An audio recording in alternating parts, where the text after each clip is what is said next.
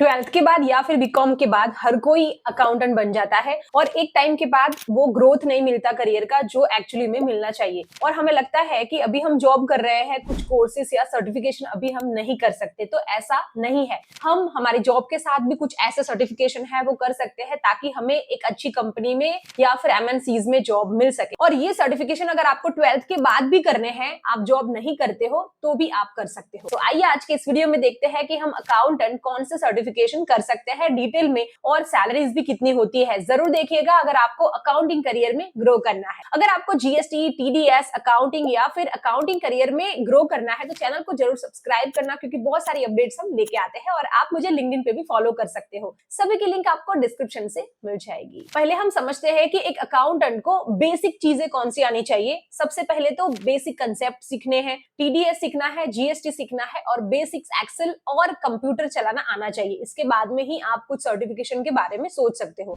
अभी जीएसटी मैंने बोला तो जीएसटी का रिटर्न फाइलिंग तक भी आपको आना चाहिए, मींस जीएसटी के बारे में हर चीज आनी चाहिए। सो एक लेवल तक का आप सीख ले, इसके बाद में आप सर्टिफिकेशन के बारे में सोच सकते हैं। सो सबसे पहला जो सर्टिफिकेशन है वो है ACCA, means association of chartered certified accountant. ACCA जो है वो 180 प्लस कंट्रीज रिकॉग्नाइज्ड है। सो आप डेफिनेटली एसीसीए कर सकते हो। कौन सी कंट्रीज, जैसे कि यूएई हो गया, इसके साथ में सिंगापुर हो गया, कनाडा हो गया, यूके हो गया, ये बहुत सारी ऐसी कंट्रीज है जहां पे एसीसीए की डिमांड होती है। अभी हम बात करते हैं कि एसीसीए में हमें सीखने क्या मिलेगा। Financial reporting, audit, taxation, performance management and IFRS, मतलब कि international financial reporting standard. Means international आप कहीं पे भी बेसिकली जॉब कर सकते हो, ये हर एक चीज ये कोर्स में कवर की जाती है। तो डेफिनेटली अगर आप ऐसा सोच रहे हो कि मुझे मेरे करियर में मतलब कहीं पे भी फॉरेन कंट्री में काम करना है, तो डेफिनेटली यहाँ से आपको पता चल जाएगा कि आप एसीसीए कर सकते हो।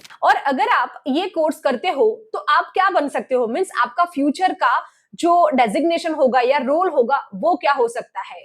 सबसे पहले है फाइनेंशियल एनालिस्ट, IFRS एक्सपर्ट बन सकते हो, global accountant and internal auditor आप बन सकते हो। तो ऐसे कुछ रोल्स है जो आप एसीसीए के करने के बाद आप बन सकते हो और इसकी बहुत ज्यादा डिमांड होती है। ये कोर्स का ड्यूरेशन 2 to 3 इयर्स का होता है और जो बीकॉम स्टूडेंट है उनको कुछ सब्जेक्ट्स में एग्जेम्पशन भी मिलता है, बिकॉज बीकॉम में ऑलरेडी कुछ सब्जेक्ट उन्होंने पढ़े हुए होते हैं। और अगर बात करें सैलरी की, तो सैलरी इंडिया में 6 to 12 लाख की होती है, और अगर आप फॉरेन की बात करते हो तो 40 to 60 LPA सैलरीज होती है। तो सैलरी भी डेफिनेटली एसीसीए में अच्छी मिलती है। जैसे आपको बताया कि UAE country, UK, Singapore, Canada में एसीसीए चलता है। इसके साथ में आपको मैं एक प्रो टिप बताती हूँ, जैसे कि आप एसीसीए करते हो, इसके साथ में पावर बीआई या फिर अगर आप एक्सेल करेंगे तो डेफिनेटली आपको ये काम में आएगा, मींस एड ऑन होगा और जॉब ढूंढने में भी आपकी जरूर से मदद होगी। तो ये हमारा पूरा मैंने डिटेल बताया एसीसीए का। सो मेरे अकॉर्डिंग अगर आपको फॉरेन में जॉब करना है तो आप डेफिनेटली एसीसीए कर सकते हो, क्योंकि बहुत सारी कंट्रीज जो है वो एसीसीए का अगर आपने किया होगा तो डेफिनेटली हायर करती है। और अगर आप लिंक्डइन पे भी देखेंगे, नौकरी पे भी देखेंगे, तो भी बहुत सारी कंपनीज एसीसीए की रिक्वायरमेंट लेके आती है। तो डेफिनेटली इसको आप देख सकते हो अगर आपको करियर में ग्रो करना है और स्पेसिफिकली फॉरेन के लिए करना है। तो नेक्स्ट है USCMA, means certified management accountant. अगर आपको मैनेजमेंट अकाउंटिंग या स्ट्रेटेजी में करियर बनाना है तो डेफिनेटली ये कोर्स को आप कर सकते हो, और ये कोर्स 150 प्लस कंट्रीज में रिकॉग्नाइज्ड है।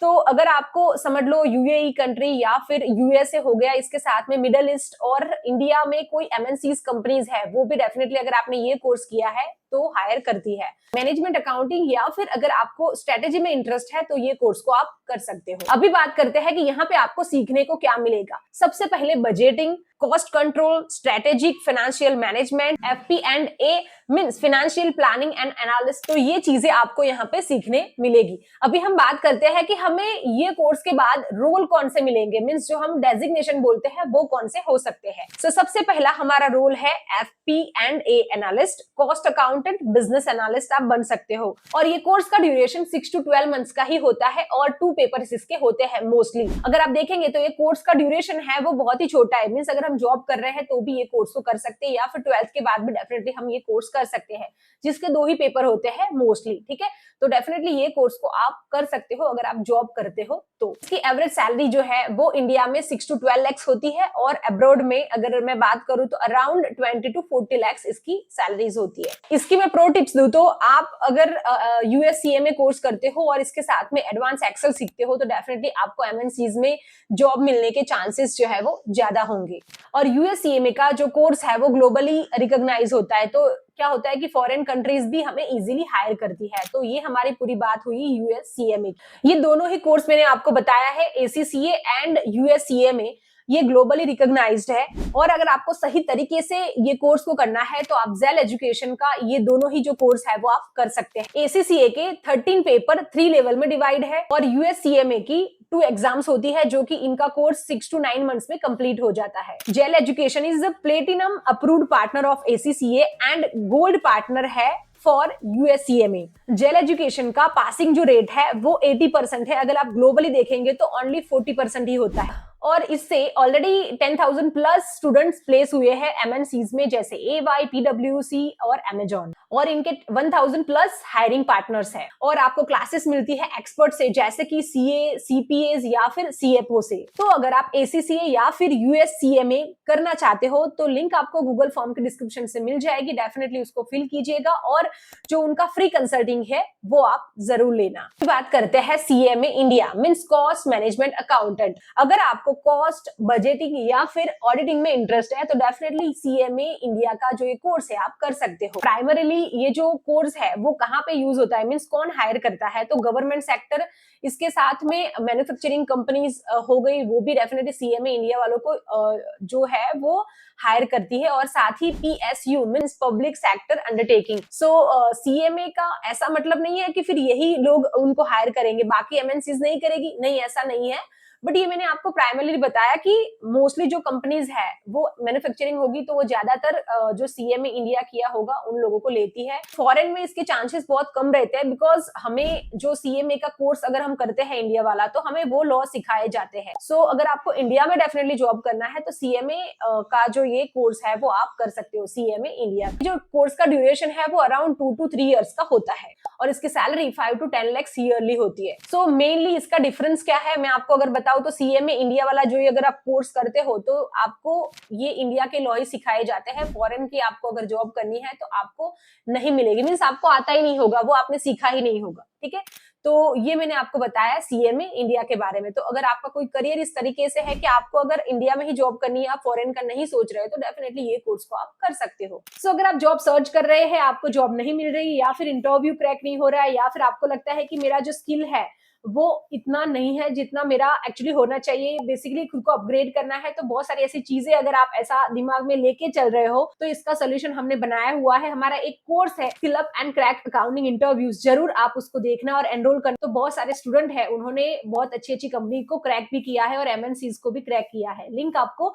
डिस्क्रिप्शन से मिल जाएगी। नेक्स्ट है CIA means certified internal auditor. अगर आपको रिस्क मैनेजमेंट या फिर इंटरनल ऑडिट करने में और या बैंक में जॉब करने के लिए आपको इंटरेस्ट है तो डेफिनेटली ये कोर्स कर सकते हो। बेसिकली ये यूएस का कोर्स है और ये 100 प्लस कंट्रीज में रिकॉग्नाइज्ड है, जैसे कि यूएई हो गया, सिंगापुर हो गया, कनाडा हो गया, इवन इंडिया में भी ये अगर आपने कोर्स किया होगा तो भी आपको जॉब मिल सकती है। और यहाँ पे आपको क्या सीखने मिलेगा, जैसे कि internal controls, audit techniques, risk and fraud prevention भी आपको यहाँ पे सिखाया जाएगा। तो अगर इसका सिलेबस देखेंगे तो आपको पता चलेगा कि मोस्टली ये बैंक के रिलेटेड ज्यादा रहता है। इंटरनल ऑडिट, रिस्क मैनेजमेंट और फ्रॉड प्रिवेंशन वगैरह जो है वो खास करके बैंक में ज्यादा यूज होता है। उसका मतलब ऐसा नहीं है कि एमएनसीज में नहीं होता, डेफिनेटली एमएनसीज में होता है, बट बैंक में ज्यादा होता है। अभी इसके करियर ऑप्शन क्या है, मींस कौन से रोल आपको यहाँ पे मिल सकते हैं। सो सबसे पहले है इंटरनल ऑडिटर, रिस्क कंसल्टेंट और ऑडिट ऑफिसर आप बन सकते हो और इसका ड्यूरेशन जो है वो अराउंड 1 ईयर का ही होता है। तो एक छोटा ही कोर्स होता है। डेफिनेटली अगर आपको ये कोई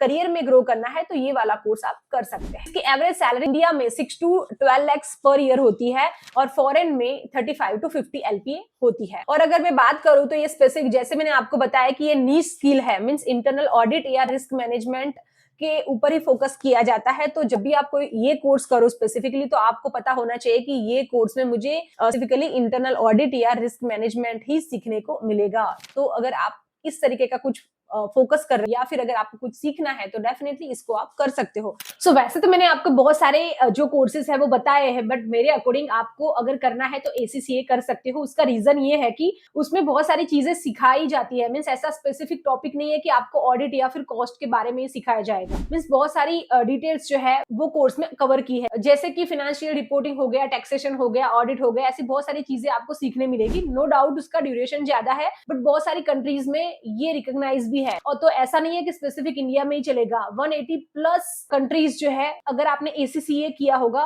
तो आपको हायर करती है। तो डेफिनेटली ये आप देख सकते हो। बाकी आप इंडिया का CMA कोर्स है वो भी कर सकते हो, बट इसके लिए आपको स्पेसिफिक इंटरेस्ट है कॉस्ट अकाउंटिंग या फिर ऑडिटिंग में, तभी आप ये कोर्स कर सकते हो। बट मेरे अकॉर्डिंग आप ACCA को जरूर कर सकते हो अगर आपको करना है तो, ठीक है। बट मेरा सजेशन मानो तो अगर आप फॉरेन में अगर कोई जॉब करना चाहते हो तभी ये सब आप कोर्सेज पे फोकस करना। अदरवाइज समझ लो आपको इंडिया का ही अकाउंटिंग नहीं आता, GST TDS नहीं आता, तो फिर बाकी के कोर्सेज करके भी कोई फायदा नहीं है। मीन्स आप ऐसा कुछ आपका पाथ बनाओ कि स्पेसिफिक डिसाइड कर लो कि मुझे कहाँ पे जॉब करनी है और कैसे करनी है और सैलरीज कितनी लेनी है, ठीक है। बेसिक्स आप पहले क्लियर करना, स्टेप बाय स्टेप जाना। ऐसा नहीं है कि कोई फ्रेंड कर रहा है CMA तो मैंने कर लिया, नहीं, ऐसा बिल्कुल भी मत करना। ऐसा जरूरी नहीं होता है कि मेरे फ्रेंड ने कर लिया, उसने वो आगे चला गया, हम रह गए, ऐसा बिल्कुल भी नहीं होता। इवन मेरे करियर में भी ऐसे हुआ था, जब मेरे सब फ्रेंड्स MBA करते थे मैं नहीं करती थी, और मैंने बाद में शुरू किया, डिस्टेंस से किया था, बिकॉज ऑफ सर्टेन लिमिट्स या फिर जो भी आप बोल सकते हो। तो मेरे फ्रेंड्स जो है उन्होंने फुल टाइम MBA किया है, बट उनकी सैलरी आज भी मेरे जितनी नहीं है। इसका मतलब ऐसा नहीं है